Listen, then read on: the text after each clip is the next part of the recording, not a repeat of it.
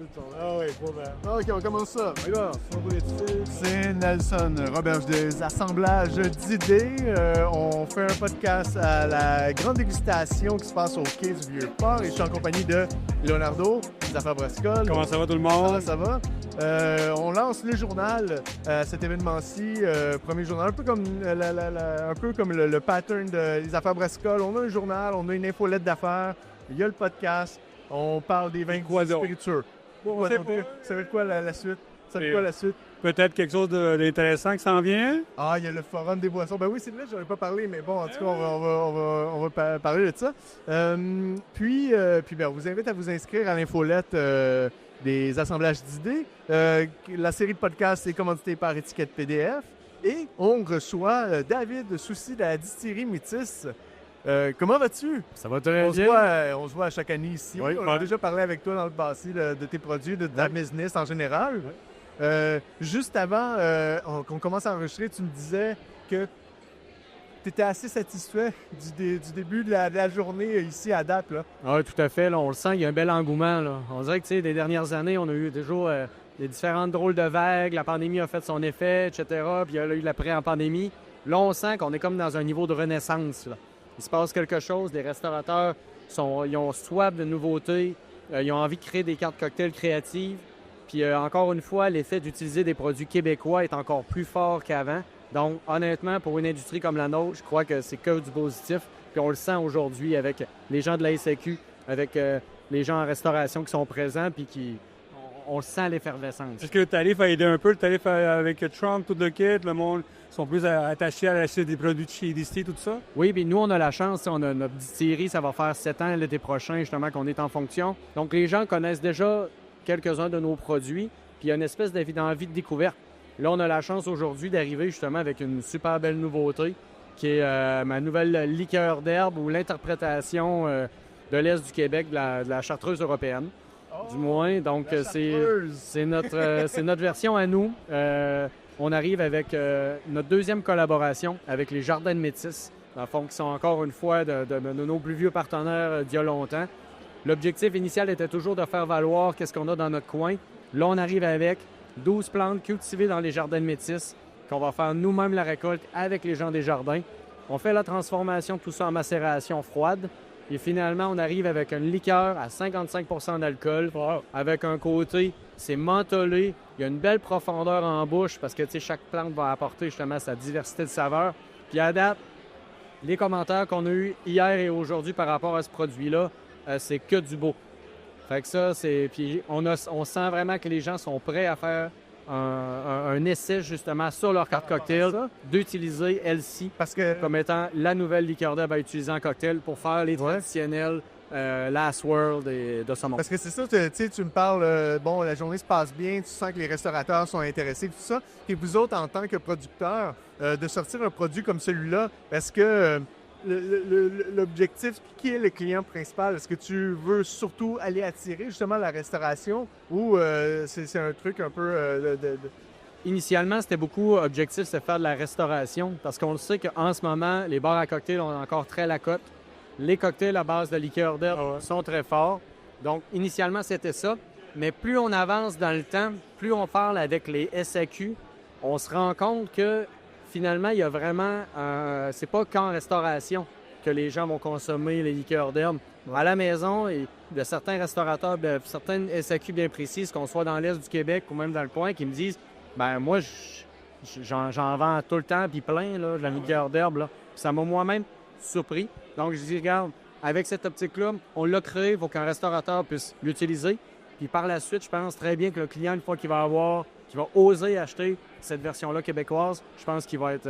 Parce que là, tu sais, on le voit pas, là, mais si je peux le décrire, c'est un petit format. C'est un 500 ml. Exact. Est-ce que c'est standard ou dans le sens que pour la liqueur d'herbe ou pour... Le liqueur d'herbe, mettons, va se vendre de façon traditionnelle pour une liqueur d'herbe verte. Dans le fond, on va se vendre en 375 ml. Nous, on a choisi le format de 500 ml. Et pour le client, qu'est-ce que ça fait? Mettons qu'on regarde une règle de 3 simple, il va avoir une économie, en plus que le produit québécois, il va avoir une économie de 15 % sur son prix de bouteille d'emblée avec ce produit-là. Pour ceux qui ne connaissent pas ça, c'est d'où ça vient? C'est très européen. Au début, quand tu me parlais de ça, je pensais que c'était les drinks que tu bois aux Pays-Bas. Tu sais, quand tu es un peu souple, tu bois ça d'un coup. C'est pas ça, c'est pour ça que je parle là. Dans le fond, historiquement, les pères chartreux dans la région de Chartres produit justement cette liqueur de l'Europe de façon traditionnelle depuis plusieurs centaines d'années. Puis les gens la reconnaissent pour ces belles caractéristiques-là. C'est un super beau produit de façon très honnête. Puis nous, de notre côté, ce qu'on se rend compte qu'au Québec, puis même dans le Canada, dans le Canada anglais, c'est que cette liqueur-là, elle est utilisée justement pour ça. Puis nous, notre intention, ça fait maintenant 3 ans qu'on travaille sur cette recette-là. Chez nous, c'est de façon traditionnelle, là. Nous, on fait un produit, puis il sort juste au moment que l'on est content, tout le monde à 100 %. Fait que, on a travaillé vraiment la recette pour faire en sorte d'arriver avec une belle interprétation de tout ça. On ne se croit pas des remplaçants de Chartreux, mais je pense que les gens vont être en mesure de faire la découverte de ce produit-là. Puis s'ils ont envie de l'utiliser justement à l'intérieur de leur cocktail pour faire un remplacement pour une version québécoise, je pense que les gens vont être servis, là. Mais c'est intéressant parce qu'on depuis le début, on parle du monde du terroir. Ouais. Puis le monde cherche tout le temps à savoir ce qu'il y a au terroir. Puis est-ce que c'est différent d'ailleurs? Est-ce que si on boit celui en France puis celui d'ici, oui. Est-ce que ça goûte différemment? Est-ce que oui. différent? Parce que tu as des terroirs québécois. Ça. Oui, exactement. On le sent qu'il y a une différence. Puis même, il y a vraiment un bel apprentissage à faire dans les plantes. Tu sais, c'est comme en cuisine. Tu peux travailler avec divers ingrédients, mais si tu raffines chacun de tes ingrédients, arriver à l'optimal pour faire la récolte, par exemple, dans nos plantes, bien nous, on le sait, il y a des plantes qu'on va récolter plus tôt que certaines autres. Okay. Parce que pour certaines raisons, il y a des plantes qu'on va récolter plus tard pour s'assurer que l'outement soit fait, puis qu'on se ramasse avec des cuticules cireuses à l'intérieur, sur le dessus de la plante, pour faire en sorte que c'est elle qui va donner tout le côté fraîcheur à l'intérieur de tout ça. Fait que c'est tout cet apprentissage-là que sur 3 ans, on a fait avec les gens des jardins pour arriver avec quelque chose qui va vraiment, bien, à mon humble avis, sortir de l'ordinaire puis d'arriver avec une belle prestance au Québec. Écoute, tu l'as dit tout à l'heure, ça va faire 7 ans que vous êtes en business. Ouais. Il s'en est passé des choses. Je veux dire, l'industrie a fait ça de même, puis ça de même, les bagues, puis comment ça va aujourd'hui, puis c'est quoi? Comment tu as vu ça aller, puis qu'est-ce que tu penses qui s'en vient pour l'industrie au Québec? Actuellement, dans le passé, comme tu disais, les montagnes russes, là, c'est réellement ça. Autant l'avant-pandémie où est-ce qu'il y avait un intérêt, un engouement très fort pour ça. La pandémie où est-ce que c'est encore plus très fort. Le post-pandémique, là, on a eu un ralentissement. On a une intégration d'une consommation plus raisonnée. Puis à mon humble avis, c'est une bonne chose, dans le fond. Puis nous, on a toujours été dans le côté qualitatif sur nos produits. Puis on le sent dans nos ventes parce que nos ventes sont stables et en croissance. Fait que ça, on le sent. Les gens reviennent chez nous. Tout le monde ici sont des producteurs qui misent sur un peu là-dessus. Ben, tout, j'imagine, là. Mais... C'est toujours ça qu'on a toujours prôné chez nous, chez Métis. Oui. Puis les gens le savent. Ils disent, le nouveau produit va sortir. C'est un produit de qualité, c'est sûr et certain. On va faire l'essai. Puis ça, on le sent. Ouais. Puis on le sent dans la régularité de nos ventes. Par exemple, le gin Mugo. Ou même là, maintenant, on vend le rhum Canon avec du Mélilo puis du Nord d'Épinette du Québec à l'intérieur. Puis honnêtement, les ventes sont vraiment au-delà de nos attentes en ce moment. Les gens ont fait de la découverte et les gens le rachètent, puis ça paraît. J'ai encore des croissances, même après 6 mois, j'ai encore de la croissance par rapport à ce produit-là. Fait que l'avantage, c'est que les gens le découvrent et l'adeptent. D'avoir un produit qui est peut-être plus un produit fort, qui va ramener les gens aussi à essayer d'autres affaires. C'est lesquels votre produit fort? Est-ce que ça serait lui, vu que là, tu es en croissance? En ce moment, ça l'évolue. Les gens vont toujours souvent vont nous reconnaître par rapport au gin Mugo parce que c'était notre premier produit. Il était très, très, très, très, très populaire par le passé. Là, maintenant, il est encore populaire. Les ventes sont encore très bonnes. La seule distinction, c'est que, je dirais, la mode change. On était dans une mode de gin très fort. Et là, maintenant, les gens, c'est le fun parce qu'ils consomment encore des spiritueux. Ils consomment aussi des prêts à boire. Mais dans la partie spiritueux, on le sent qu'il y a une diversité qui se passe. Les gens commencent à pas juste boire du gin, ils vont boire du rhum, ils vont boire du whisky. Nous, on fait aussi de l'acérum, ils vont boire des liqueurs. Fait que là, c'est le fun de sentir que la clientèle elle a envie de découvrir des nouveautés à l'intérieur d'un spiritueux, puis de doser aussi faire des cocktails à la maison. Souvent, il y a le modèle qu'on va dire, je connais pas beaucoup ça. L'avantage de venir chez un distillateur à sa propriété, vous voyez ce qu'il fait. Et 2, vous allez ressortir de là grandi parce que vous allez avoir toute la partie cocktail associée à ces produits. Vous allez pouvoir oser faire quelque chose avec ça. Puis vous allez voir, chez nous, on fait des jours des cocktails simples. Pourquoi? Parce que même moi, chez nous, si j'ai envie de faire des cocktails, souvent, ça va être des cocktails qui vont être simples. Tu es en mesure d'en faire une dizaine pour recevoir ton monde, puis personne n'a la bourre dans le toupette. Le plaisir est là. C'est le plaisir de partager, mais avec des produits de qualité. On continue dans l'optique que, bon, ça fait 7 ans. Dès le début, on travaille avec une sorte d'équipement. Là, ça fait 7 ans. Vous innovez dans différentes sortes de produits. Est-ce qu'il faut innover dans l'équipement aussi? Est-ce que vous devez avoir des équipements qui... Automatisation, des affaires comme ça. Oui, avec le temps, les volumes de production, exemple, au début, l'embouteillage... Grossir le truc ou c'est Améliorer des choses? Oui, maintenant, on a toute la partie, même en distillation, on a des contrôles qui sont un peu plus automatisés. Est-ce que le contrôle se fait encore manuel, mais on est capable d'avoir des indicateurs un peu plus précis et pas automatisés, mais visuels, disons, avec des températures plus précises qu'on va avoir, qu'on avait un petit peu moins dans le temps. Maintenant, on a ça. On va avoir toute la partie embouteillage. Maintenant, on a une embouteilleuse semi-mécanisée, dans le fond, qui va faire beaucoup d'étapes qui sont normalement difficiles pour l'humain. Exemple, le bouchonnage d'une bouteille. La machine va le faire très bien. Puis le niveau de l'alcool dans la bouteille va toujours être au même niveau pour le client. Donc, tout ça augmente dans nos critères de qualité. Puis ça démontre un peu la rigueur qu'on a chez nous. Là, parce que en tant qu'entrepreneur, tu tripes sur ton produit, tu vas tout le temps avoir le meilleur produit, mais aussi en tant qu'entrepreneur, tu veux avoir le meilleur équipement. Est-ce que tu es un geek de regarder qu'est-ce qui se fait ailleurs, puis comment tu pourrais améliorer tes choses, puis est-ce que tu as une genre de machine de rêve que tu as dans les magazines? Dans les magazines, ça n'existe plus, les magazines. Nous autres, c'est nous autres, les seuls qui impriment encore. Hein? Que tu regardes en ligne, tu sais, comme en cachette. On aimerait pouvoir un jour être capable de faire de l'encanettage, de prêt-à-boire. Chez nous, on n'a pas de prêt-à-boire encore. C'était quelque chose qu'on voyait pas vraiment c'est quelque chose qui est très à la mode, mais que souvent, je trouve que ça dénature beaucoup ce que réellement le producteur fait. C'est deux mondes complètement séparés. Par contre, avec le temps, on se rend compte de la clientèle, puis on a trouvé certaines belles recettes qui ne dénaturent pas notre façon de faire, puis de travailler avec le qualitatif. Fait qu'on aimerait pouvoir un jour encanner ça pour être capable minimalement de les vendre chez nous à la distillerie. Pour que les gens, lorsqu'ils sont en vacances l'été, puissent partir avec des spiritueux, mais qu'ils puissent aussi partir, exemple, avec un prêt-à-boire ou un sans-alcool qui aurait été fait par nous. Fait que ça, c'est probablement une prochaine étape. Tu parles d'un petit cocktail à 2,55. C'est une nouvelle machine qui sort avec la gaine de Wabasso puis la gaine de ce coin-là?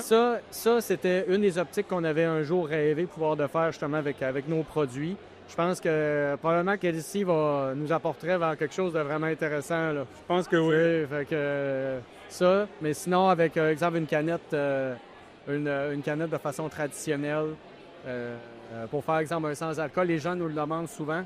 Fait que c'est le genre d'affaires qu'on est en... Est-ce que tes ventes sont plus locales ou c'est plus à travers le Québec, tout ça? C'est vrai que je pense avec ton partner. Puis nous, c'est 25 va se vendre. 25 en SAQ va se vendre dans le rayon de 100 km de la distillerie. Fait qu'on a un côté local très, très fort. Par la suite, ça se vend un petit peu partout au Québec. On a certains grands centres qui sont un peu plus présents. On le sent qu'il y a vraiment un bel attachement par rapport à nos produits. Puis sinon, sur place, on va vendre, sur le total de toutes les ventes, une quinzaine de pourcents. De nos ventes qui sont faites sur place. Je vous mentionnais, c'est entre 4 et 7 000 personnes qu'on va recevoir en été. C'est sûr qu'à Kelsey, le monde au Québec, il faut éduquer le monde là-dessus. C'est pas quelque chose que tout le monde souvent. Est-ce que tu veux peut-être checker le côté international avec ce drink-là? J'ai une belle réflexion. On a eu seulement cette belle réflexion-là. Minimalement, toute la partie de tout le Canada anglais. Parce que ce qu'on se rend compte, exemple, avec la chartreuse, les gens se sont habitués à vouloir faire les cocktails avec ça. Puis souvent, c'est un produit qui arrivait en rupture de stock. Donc, fait que les gens sont habitués de commander 20 caisses et de garder ça dans leur entrepôt. Chaque restaurateur a sa réserve de chartreuse. Moi, avec ça, ce que j'ai l'intention de faire, c'est d'avoir un produit qui va être plus fréquemment disponible. Oui, dépendamment des volumes, à un moment donné, les plantes qu'on a cueillies, on les a. Tant qu'il n'y en a plus, il n'y en a plus. Mais l'avantage, c'est qu'à chaque année, il y a une saison de croissance. Puis on est en mesure, nous, de s'adapter à la demande de la clientèle au fil des années. Donc, avec un produit comme celui-là, même s'il y a de la demande à l'international, on a une capacité de production. Ça, c'est plus un produit B2B, plus pour les installateurs, tout ça, à ce coin-là. Mais il y a quand même une grosse... Il y a quand même du monde qui ont dans leur bar. Ah oui, ça m'a surpris, mais c'est vraiment l'avenir qui va me le dire, comment qu'on va... Comment tu peux garder les prix bas? On sait que les bouteilles montent de prix, ça monte de prix, toutes les affaires comme ça. À part l'automatisation, c'est la seule façon d'essayer de garder les C'est prix. là. d'acheter les volumes, c'est d'avoir de l'espace d'entreposage, c'est d'acheter des volumes, c'est de garder les mêmes fournisseurs sur le long terme. Nous, on est des gens très fidèles, là, autant en amour qu'en business. Là. Fait que ce qui fait en sorte, lorsque les gens travaillent super bien, bien, on va conserver ce même fournisseur-là. Puis sur le long terme, ça va être plus payant pour eux de nous laisser un peu d'air, Ben ouais. de s'en garder un petit peu moins. Puis que nous, ça permet de mieux vivre chez nous aussi. Fait que ça vous fait êtes des bons partie du travail. négociateurs. Vous négociez bien?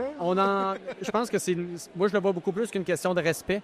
Si le respect entre ton fournisseur et toi, il y a une question de respect, lorsqu'il y a toujours une problématique qui arrive dans la chaîne de montage ou dans la chaîne d'approvisionnement, bien, quand tu as une question de respect et elle est établie depuis longtemps, bien, ton client ou ton fournisseur, il va faire en sorte de s'assurer que, comme bon client, il puisse te conserver sur le long terme. Fait qu'en amour comme en business, la communication. Et oui, ça fait partie. C'est un autre bon secret pour vos écouteurs.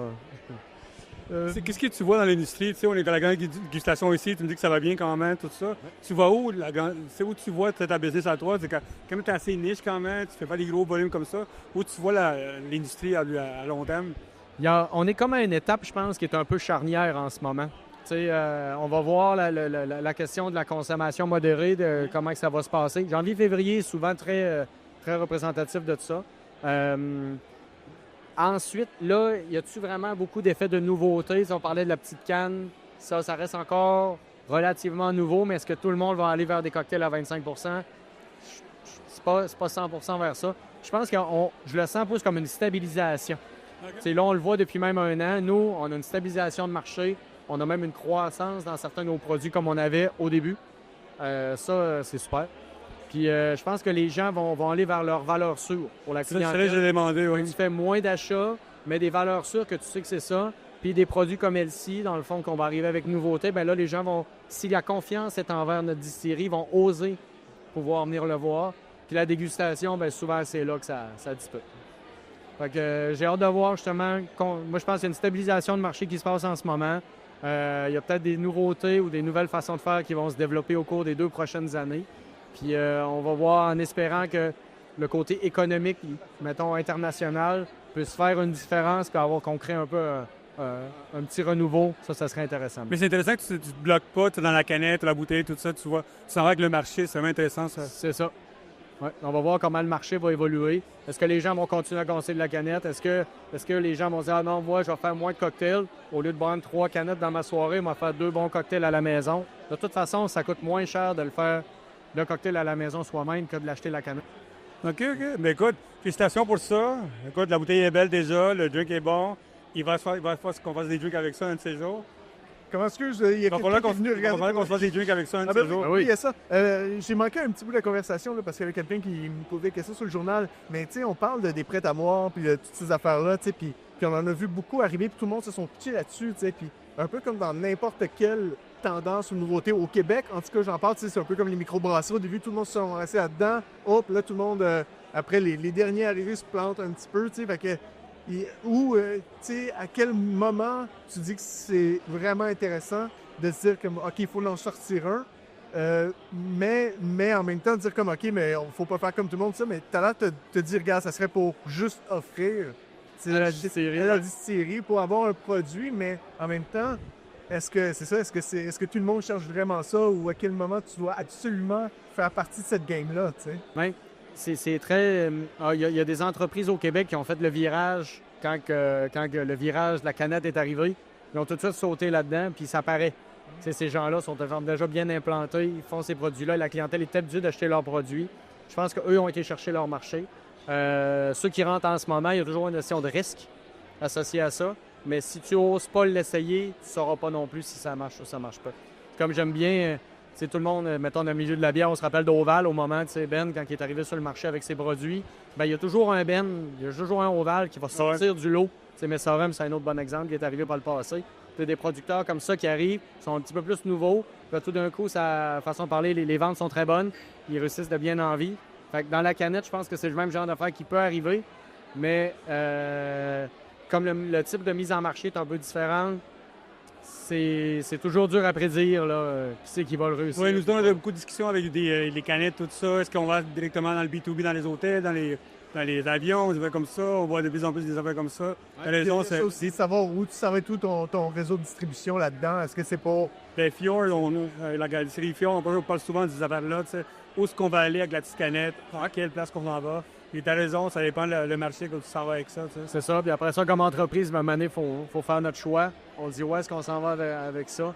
Puis surtout de voir, tu sais, tu veux pas faire quelque chose que la clientèle par la suite va dire « Ah ouais, c'est plate, hein, comment ils sont rendus. » Je pense qu'il n'y a rien de pire que ça d'arriver de vouloir des fois faire des grands changements et de faire en sorte qu'après ça, tes clientèles qui étaient fidèles, ben ils se retrouvent plus dans tes produits.